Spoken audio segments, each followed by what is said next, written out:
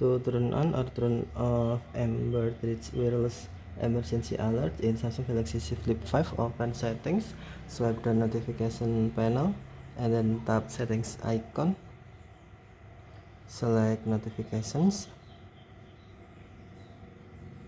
and then select advanced settings.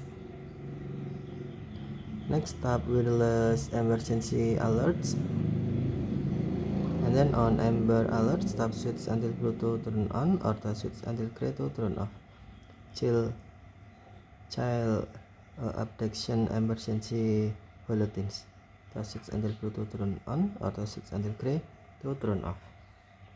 Amber Threads wireless emergency alerts are wireless emergency alerts sent by the government to warn citizens about abducted or missing children. Amber wireless emergency alert are the third highest level of wireless emergency alerts, and they should be taken seriously. Okay, thank you for watching. Have a nice day.